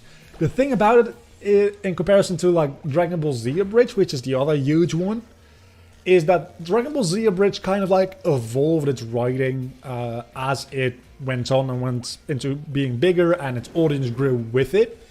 And it wasn't afraid to have like emotional moments and actually like well written. Just like the thing it's not allowed to be is being a replacement for the original, and it kind of became that, right? So fair use law kind of doesn't want it to be, but it kind of became that nonetheless. That's why I really like Dragon Ball Z Abridged. Yu-Gi-Oh! Abridged hasn't really done that. The writing style and like the humor and stuff in it is still kind of the same. It was like 10 years ago, but I am now not 14 anymore. So I'm not as into it. Whereas Dragon Ball Z Abridged, again, kept evolving, and It's one of those things that, like, growing up with it makes a huge difference. Watching it, like, in hindsight, Dragon Ball Z Abridged probably still very good, but not as good as growing up with it. And I think, in hindsight, going back and watching the entirety of Yu-Gi-Oh! Abridged, it's more coherent because it sticks with the same style. Even though, like, I as a person kind of outgrew that style of jokes and writing. It probably makes for a more coherent total narrative. We've got the Sudinja, by the way. I didn't even pay attention to the evolution happening, but it happened. Anyway, so because Team 4-Star finished this, so only Little Karibo's left from the series, from the original Abridged group. Yeah, I'm kind of sad that they're not doing the Boo Saga, and I understand that they just, like, they're kind of done with everything, like, around Dragon Ball Z Abridged, especially the legal hell that came with it. I totally get it. I would have very much liked a Boo Saga, but I understand why they don't. And I still watch, like, some of the other stuff. I like their podcast whenever they talk about shit that I'm interested in as well. Like the, what is it called? The talk show? No, the Talkcast Pod Show? Yeah, I think that's it. I think it's a good name for a podcast, by the way. Sword Art Online Abridged is, in my opinion, a great way of an abridged series. Thing is, I've never really watched the original Sword Art Online, so I feel like watching an abridged series of it, I'll probably, like, miss a lot of the jokes and stuff like that.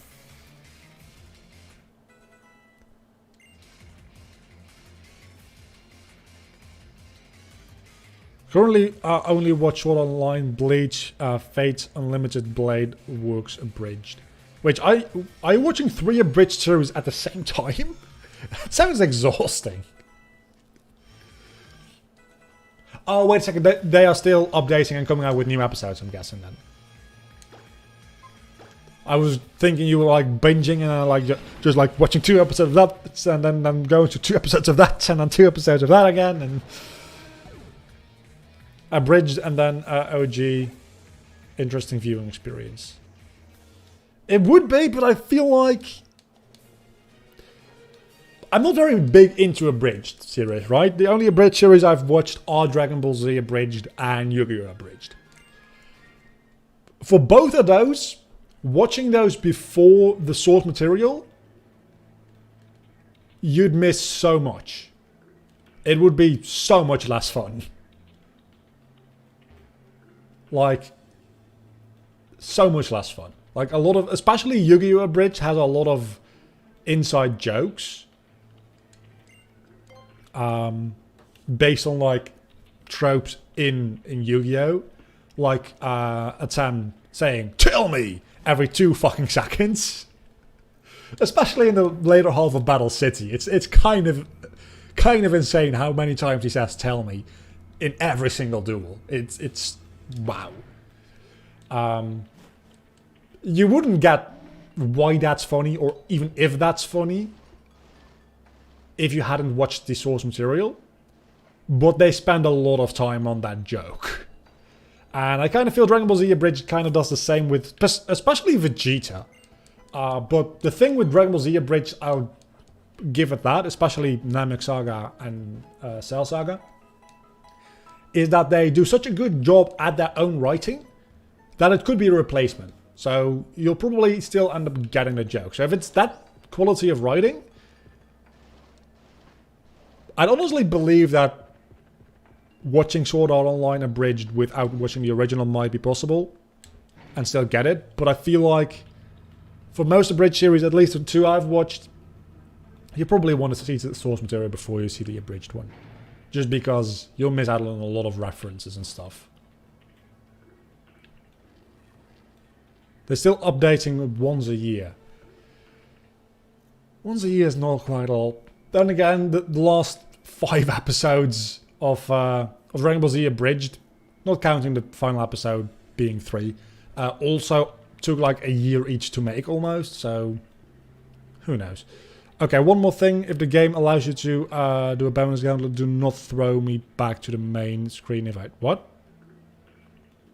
Oh, that's your game. I thought you were talking about Pokemon X, and I was really confused there for a moment. Do we need to do... Hurry up, we have to stop it. The game's not going to progress until we decide it progresses, so Reina, don't worry about it. But yeah,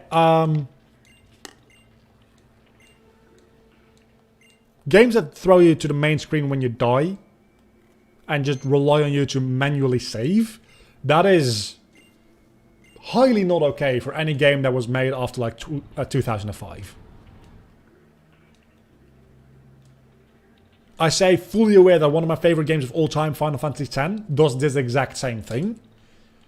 And that was like 2010, 11, 9, 10. 2010. I'm going to say 2010.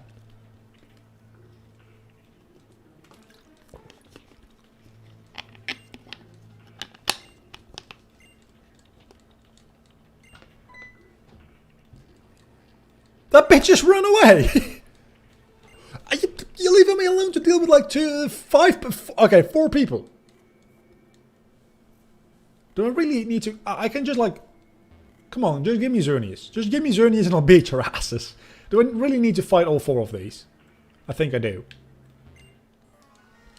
Allowed if it has a visible save point and increase the difficulty is linear. Not if it suddenly drops 60 in a level 20 area. I still think it's just like generally. Why would you make your player replay like an hour if they just forgot to save? If you have auto saves, I can see it. If you have auto saves, that's fine. But if the only way to save in the game is manual saving, and that means you get reset back to your last save point, I hate that. And I think any game designer that uses that should burn in hell. I'm Minecraft, yeah. I was planning to do a Minecraft stream this week. And I've been way too busy. I hope that next week I'll be a little bit less busy, so that I can fit in a Minecraft stream next week. I should be able to. But this week has been crazy busy. I had a potential new client which wasted like a day and a half of my time by just like being a bitch. I told him to go fuck himself, but it wasted about a day and a half of my time, which I didn't get paid for at the end of the day. So that sucked quite a bit. And as a result of that, I also didn't have enough time to stream, and I also had like one of my other clients is trying to build up a little bit of a video buffer because over the summer some of the other editors on the team are going with vacation, so there needs to be a buffer. So that means that I'm doing twice the amount of videos for that client, meaning that I'm just generally more busy with that as well. But as long as there's not gonna be any more like time wasting people or just like other clients popping up out of nowhere, I should have plenty of enough time to do a second stream the upcoming week, and that'll be Minecraft. So there's not really a lot of room in the schedule at the moment to do a Minecraft like just videos, because they do take quite a while to make as well. And I want to do the Harry Potter Let's Play next. So it's probably not going to be a Minecraft videos, but Minecraft live streams, which obviously you can watch the VODs of those as well. Those will be hopefully coming soon-ish.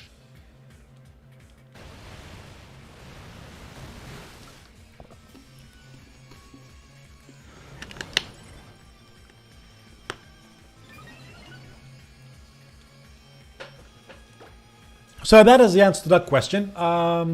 When you finish this part, then I'll leave. Yeah, once I get Xerneas, we are ending it for today anyway, because we're about an hour and a half in. So, and by the time we do that, we'll probably be about 2 hours in. So I'll end it with capturing Xerneas, which will be instant because I've got a Master Ball. Try Bedrock version. I don't know. I've never really played Bedrock version. It was almost very scary. I've never really played Bedrock version before. It might be interesting to give it a shot at some point. But I've always played Java, and it's what I'm used to. But I hear that there's some advantages to Bedrock version. First and foremost, it actually runs well because it's not programmed in fucking Java. But I also like, I guess for a Let's Play series it doesn't matter, but I like the huge amount of mod support for the Java edition, which obviously the Bedrock version doesn't really have.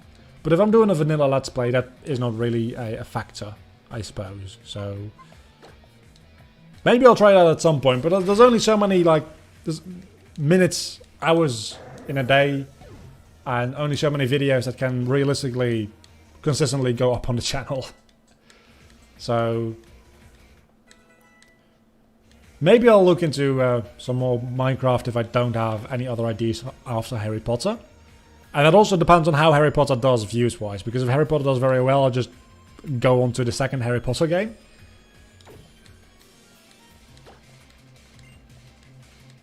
But that's like weeks and weeks and weeks away from now. So for the time being, Minecraft is going to be limited to live streams.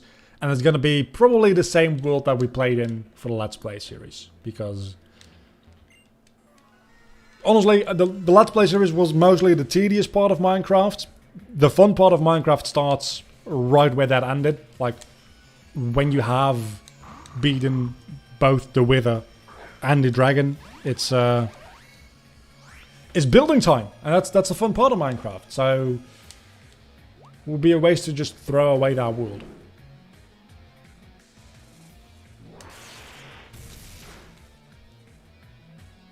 I only learned Java to get me a job at the police as a machine learning engineer. Spent 3 months, did not get a job, sadly. At least you know Java, which, to be fair, I don't know a lot about programming, okay? But from what I understand, like, a lot of shit runs on Java. It's just not very good for making games. It's just like, but a lot of shit, like machinery and stuff, runs on Java, right? As far as I understand. So it's a very useful programming language to learn, from what I know. The thing that always confuses me, though, is that Java is, like, not even directly related to JavaScript, which is, it's just an entirely separate thing. It's got a bit of a branding problem. Spites, do I want that? Nope, I do not give a shit. Then again, I am by no means a programmer. I have dabbled a little bit in programming when I was younger, and figuring out whether or not that was something for me, and never pursued it. So these days, the most programming I do is writing expressions in After Effects, which is like not. It's very, very light. It's like, it's not as much programming as it is just like writing formulas. I can't play Java because my crispy laptop can't handle it, so I play Bedrock on my phone. I was gonna say, if your laptop can't handle Java, I'm surprised it handles Bedrock a lot better, but if you play it on your phone, that makes a lot of sense. Is Bedrock on mobile? Isn't that just like... Wait. So, mobile has Minecraft Pocket and Minecraft Bedrock both? Huh. I did not know that. When Pocket Edition was just released, like years ago, I played a little bit of it. I don't really have anything to do with paralysis. That's going to be bad. Though I guess phones have become so much more powerful that they probably can just run Minecraft at this point. Can use Java, but hate using it. Prefer Python. JavaScript is a browsers and Java is for applications. I knew that much, yeah. So I guess that makes a certain amount of sense because they're like made by the same company, I'm guessing then? I don't know. Programming background is Java, Python, R. Never even heard of that one. .NET, C, and C++. All the programming I've ever done is like a very basic amount of Java, C++, and a little bit of Lua actually, because because of computer craft in Minecraft, which is based on Lua. But I never really got very good at any of them. And I guess Game Maker language, which I think is also based on Lua. But the newer versions are based on C#? Question mark? I don't know. Pocket Edition got updated to Bedrock. Oh, so Pocket Edition just flat out doesn't exist anymore. It's just now Minecraft Bedrock. I'm very out of the loop about these things, as you can clearly tell.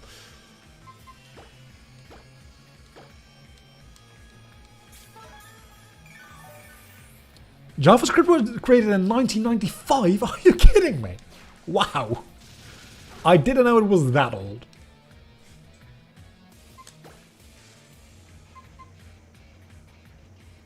Then again, that means it's older than me. Hold on. I was born in 1996. That means JavaScript is older than me. Fun fact, it's also older than Pokemon, because I am roughly, give or take a couple of months, the same age as Pokemon. Because Pokemon was also first released in 1996. I don't know which month. I was born in March. I think Pokemon probably was like late 1996, because usually like big releases, which I'm assuming Pokemon was, get released towards Christmas, obviously. Let's go heal. Can I just go heal? I'm in the middle of blowing up the planet, but we can just go heal. That's fine. Java, previously known as Oak. You can't make this up. Really, it was called Oak, like Professor Oak. Created in 1991. Wow. Also now some Unix that's not programming, that's working in a terminal. Was born in March 1999. Wow, I'm getting old. Yeah, I kind of feel that. Like, it was only recently that I realized that I have, like, proper memories. Like, episodic memories. Which, like, actually, like, mattered. Of things that happened 10 years ago. Like, when you're 16, you have some memories of when you were 6 years old, but doesn't really count. I'm 24. I have memories of when I was like 12. That starts to count. That's when life more or less actually starts, when you're about like 10 to 12. Before that, you're just like a parasite to your parents, which you're kind of still doing until you're like 20, usually. But yeah, it's really weird to realize that, thinking back to something like... I always keep coming back to this, but Pokemon Black and White at this point are like 10 years old. And I distinctly... Even better, I distinctly remember getting the Japanese ROM for Pokemon Platinum and having it patched. I think I talked about this in a Through the Years episode lately. I don't know if that's gone up yet. I distinctly remember getting the Japanese ROM for Pokemon Platinum, patching it with a fan-made English patch before it was released in English-speaking territories. That must be like 12 to 13 years ago at this point, I'm guessing. And that feels like a fairly recent memory. That kind of thing starts to happen when you get like to your mid-20s, and I am kind of not okay with it.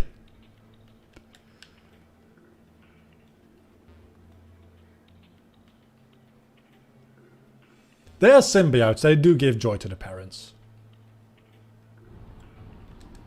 So it's a symbiotic relationship, I guess you're right. Yeah, this was before Pokemon games, or games in general, were released internationally.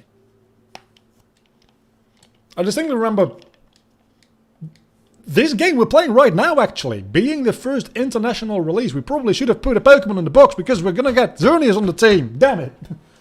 I remember the trailer for when this game was announced to have a worldwide release. I remember being mind blown by that. When that dropped, I was in fucking high school. It's weird. It's really weird.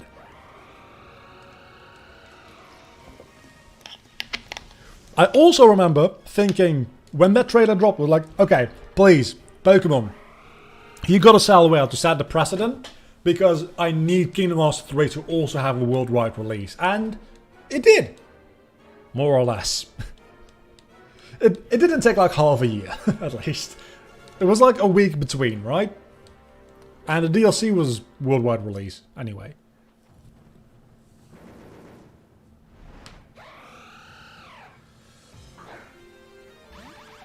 Such a shame that we can't really listen to this song because wait a moment. Okay, I'll just use the touchscreen if you don't want to let me do this. Master Ball. There we go. Also remember the trailer for this game. Also, this game had the widest time interval between release when I played it. 5 years. Really, I pre-ordered it. I actually, a while ago, I got a pop-up from Facebook, which I don't really use Facebook that much anymore. I do have a Facebook page, if any of you are on Facebook and want to get like notified of uploads. But that's all automatic, so... I don't really log in on Facebook much, but I got a... it's got to be a couple of months ago, because probably November. So half a year. Of, I think, 2013 this game was released, when I posted a Facebook post of me getting the game and being very excited, not knowing what this game would be. Let's see, Sunrux. Sunrux seems about fine for a name. Did not have a 3DS, bought it used 3DS with capture card a couple of years ago. I remember getting this game, and you can go back on my... yes, I wanted in the party really badly. By Ninja Husk, I don't need you. I remember doing an initial day one let's play of this game without a capture card, but with my camera instead. That's still on the channel. You can still go watch that. It's not good. I do not recommend it. But then I got a 3DS capture card, which I have with me here right now. Not which I'm playing on right now. What I'm playing on right now is an emulator. Because when I got the 3DS capture card, emulators for 3DS weren't really a thing yet. And now I don't really use the 3DS at all.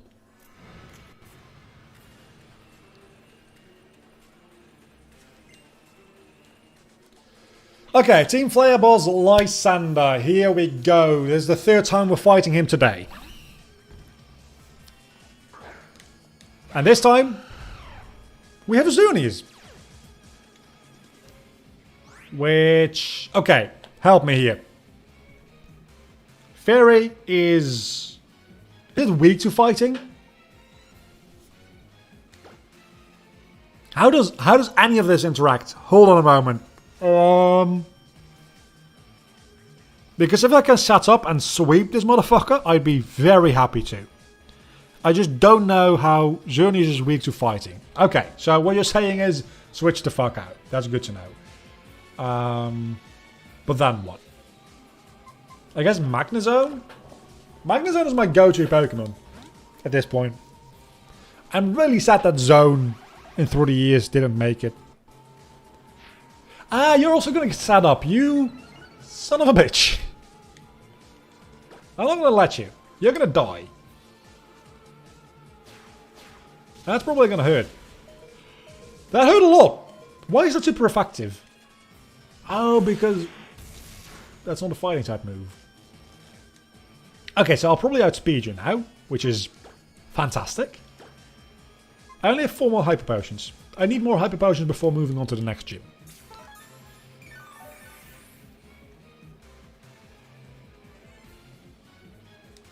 Yeah, sturdy is definitely like... This is going to keep repeating. Hold on a moment. Why is Mean Chow getting damaged? Does it have...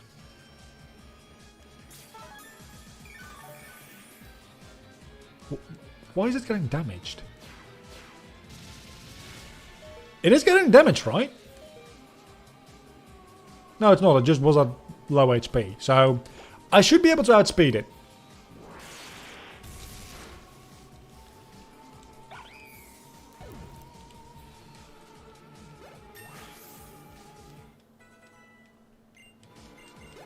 Next up.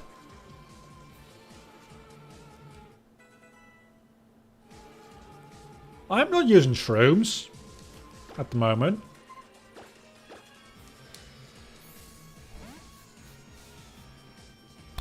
Okay, Hunch Crow shouldn't be an issue. I can probably just bite him to death again because that's what I did last time, and that worked out fairly well.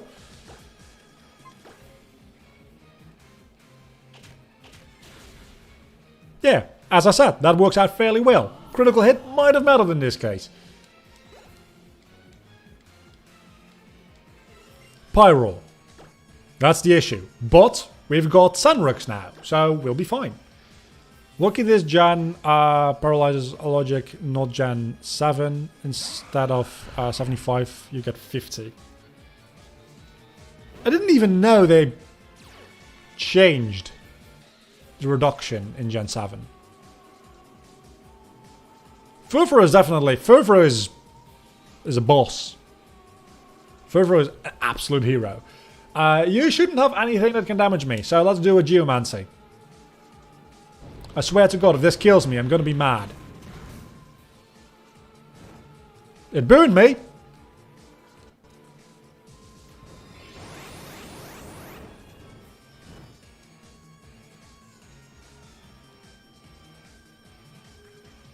I avoided the attack, and now... I thought Geomancy was a setup move. It is! Special attack sharply rose, defense sharply rose. It's just a 2-turn setup move. Okay, that's good to know. Let's heal up because we don't want our Xerneas to die the moment we got it. Dark Pulse. Does it have Dark Pulse? Because it's not using it. Maybe the AI is confused because the reverse-locke thing?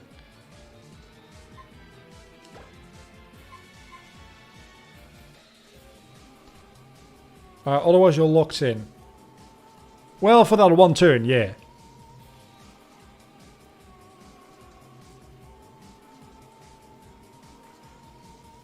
It has it. AI is just going bonkers. That is fantastic for me.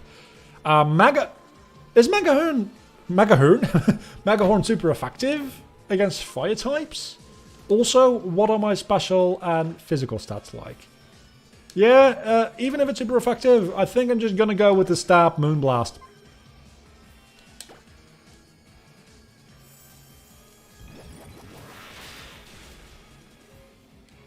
And that is super effective. Oh, yeah, of course. That is also super effective.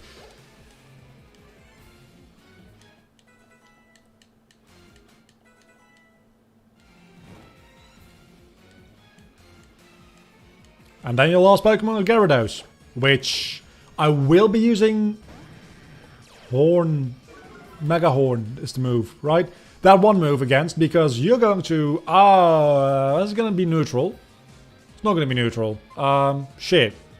It's just not going to be very good against you. So we're just both. I'm going to give it a shot anyway. Probably a bad idea, but I'm going to give it a shot. I'm at +2. And it's Stab. And Null Breaker.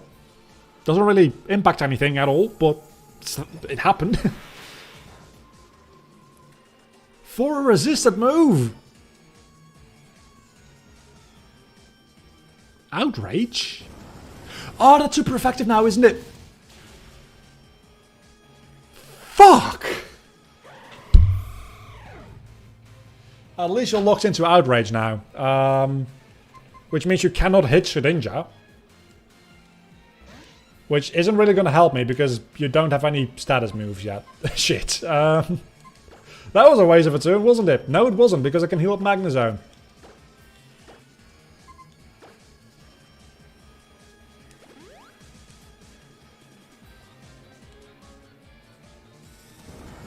Wait. Hold on. Why did that work?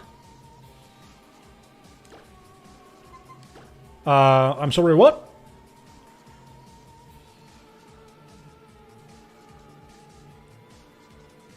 Explain. That wasn't super effective. I have Wonder Guard.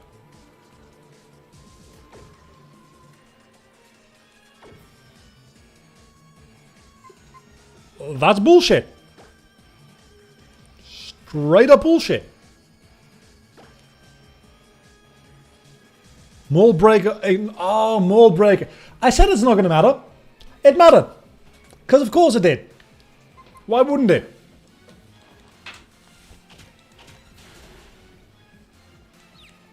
Please hit yourself. Of course you wouldn't.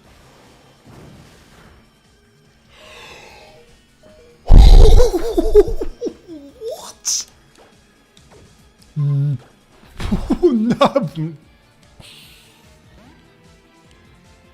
It worked for healing, I guess.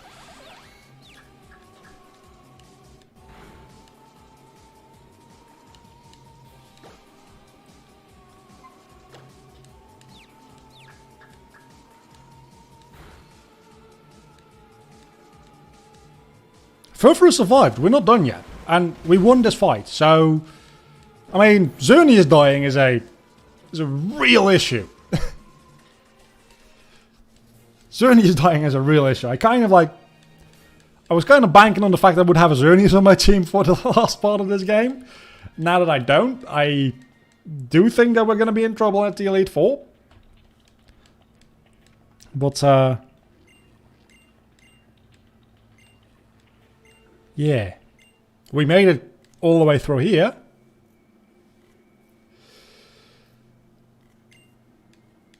See you next time. I'm gonna wind down after making it to the Pokemon Center as well. It's been quite a stream. We've fought Lysander 3 times.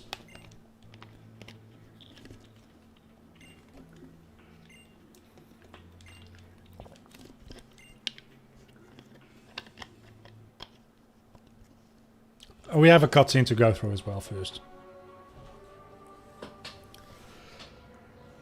That was stressful. That was really stressful.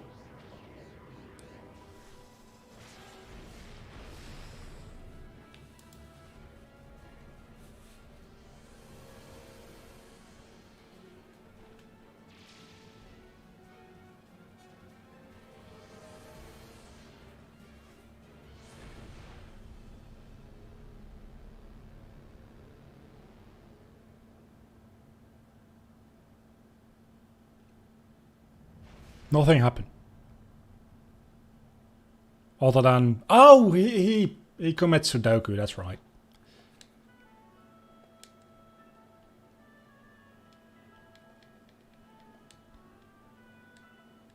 It's kind of sad.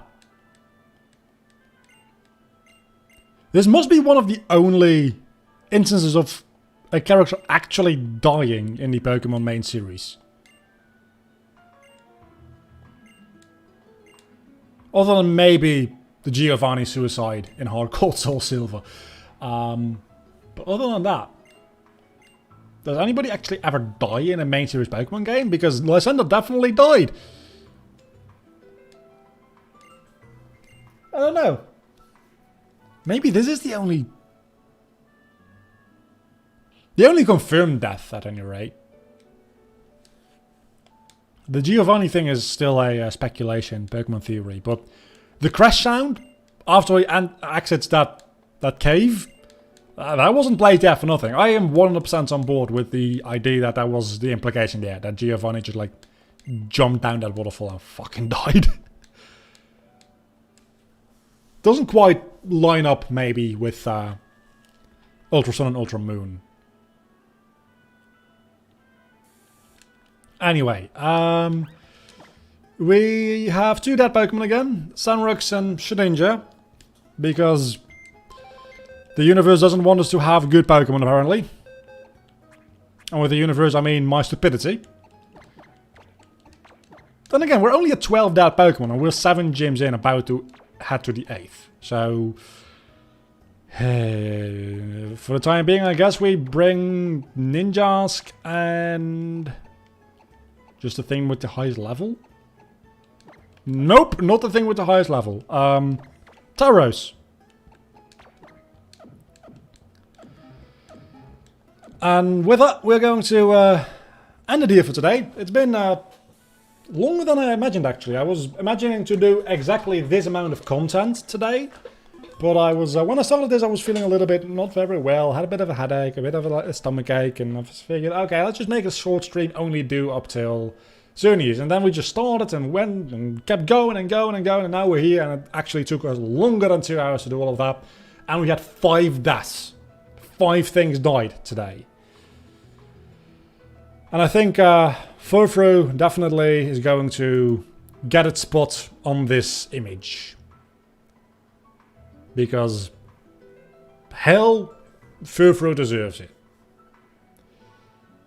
Till the next time, which for Pokemon will be next Saturday. Hopefully either on Monday or Wednesday potentially, depending on my schedule. I hope to do a Minecraft stream where we go do things. I don't know what things yet, because I wanted to make a villager zombie farm, but for that I probably need to do a little bit of redstone, and for that I need to make a basement to the base, but it's in the middle of an ocean, so for that I'll probably need sponges, so we need an ocean monument, but for that I prefer to have a conduit. And that's going to be annoying to get, so we'll probably do it without a conduit. I'm going to try to work it in. I can't 100% promise that I'll be able to over the next week. I will do it. If it's not next week, it'll be the week after, definitely. But over the next week, I'll try to work in a Minecraft stream. I'm like 85% sure that either on Monday or Wednesday I'll be able to during the normal times. So I'm talking over the end screen quite a bit here. So I'll see you all back with whatever it is I stream next. See ya.